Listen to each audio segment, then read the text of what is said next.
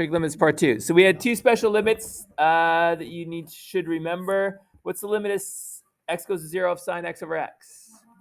1. And of 1 minus cos x over x is 0. I'll actually prove that one today. Actually, let's just do it right now.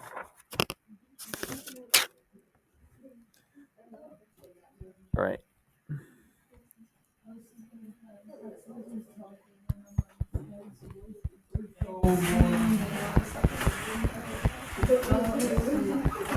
Okay.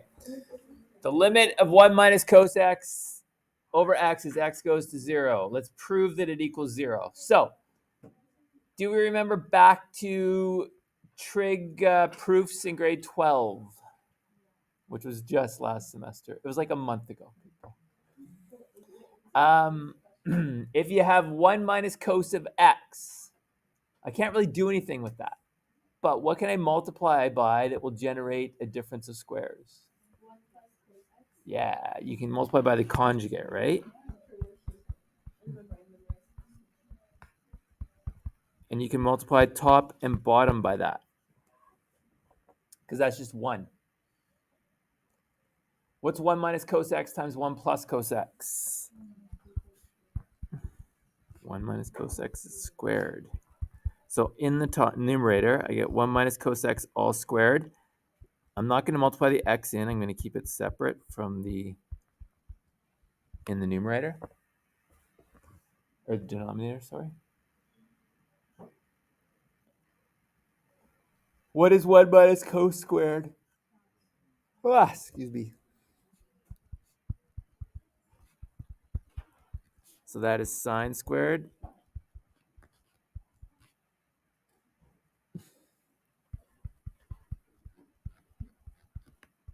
Okay.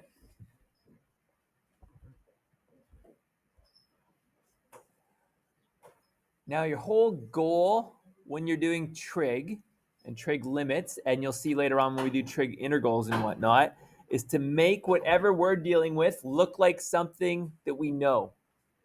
All right? So I want to make this stuff look like one of our trig functions up there. Which one can I make it look like? Sine x over x. Except I've got 2 sines, right? Split them apart. So we're going to go sine x over x.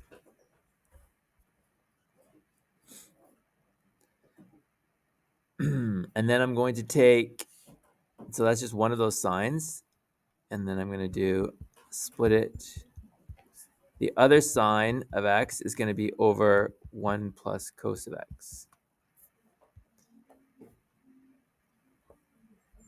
Does everybody understand what I did there?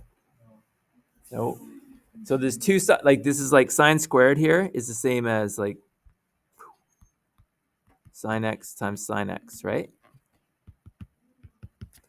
So I took this one and put it with this x, and that gave me that one. And then I took the other one and just put it over that, and that gave me that one. All right? Now, this is our special identity. What does it equal? 1. As soon as you get to that point, you can just write 1 equals 1. This, what you have to do is ask yourself, can I put 0 into there? All you care about is if the bottom equals 0, right? So what's cosine of 0? 1. It's 1, right? If you look at the graph. Cosine of 0 is 1. What's 1 plus 1? 2. So this whole thing over here becomes, I'll write it out, sine of 0 over 1 plus cos of 0. What's sine of 0? 0. So I get 0 over cos of 0 is 1. So I get 0 divided by 2. Are you allowed to do that? Everybody always hesitates. You are. You can divide 0 by anything. It's just 0. So then that whole thing becomes 0. And I get 1 times 0, which is what it's supposed to be, right?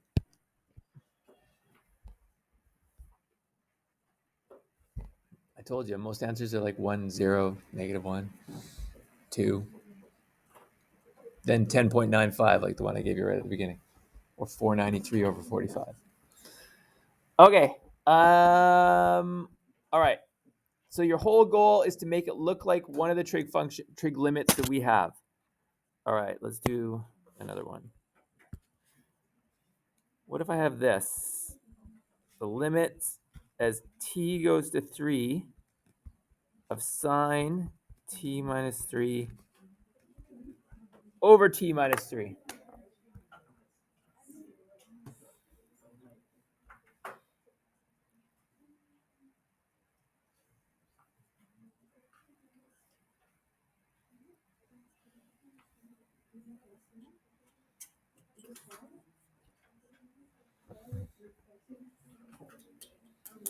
Okay. Sine, it's a sine function. If I put in t is equal to 3, what happens? It blows up, so we can't do it. So we need to make it look like our sine identity, this one up here, that equals 1. So we're going to sub out the t minus 3, because I don't want a binomial in there. If you look up here, it's just x. So we can use x if we want. We'll just say, let x equal t minus 3.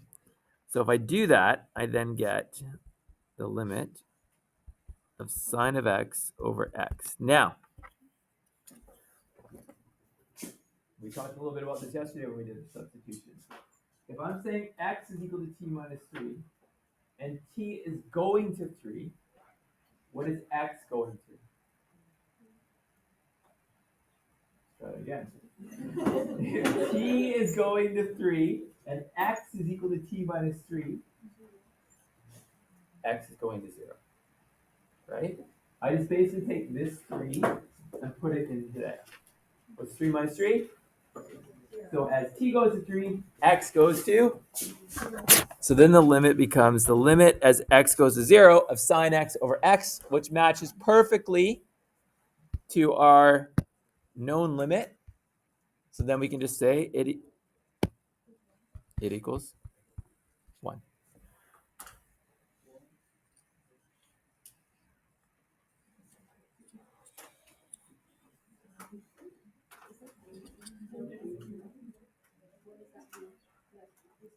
All right, you want one more? You can always do a substitution. Sometimes it won't help though, that's the thing, right? It'll make it more, it won't help you get anywhere.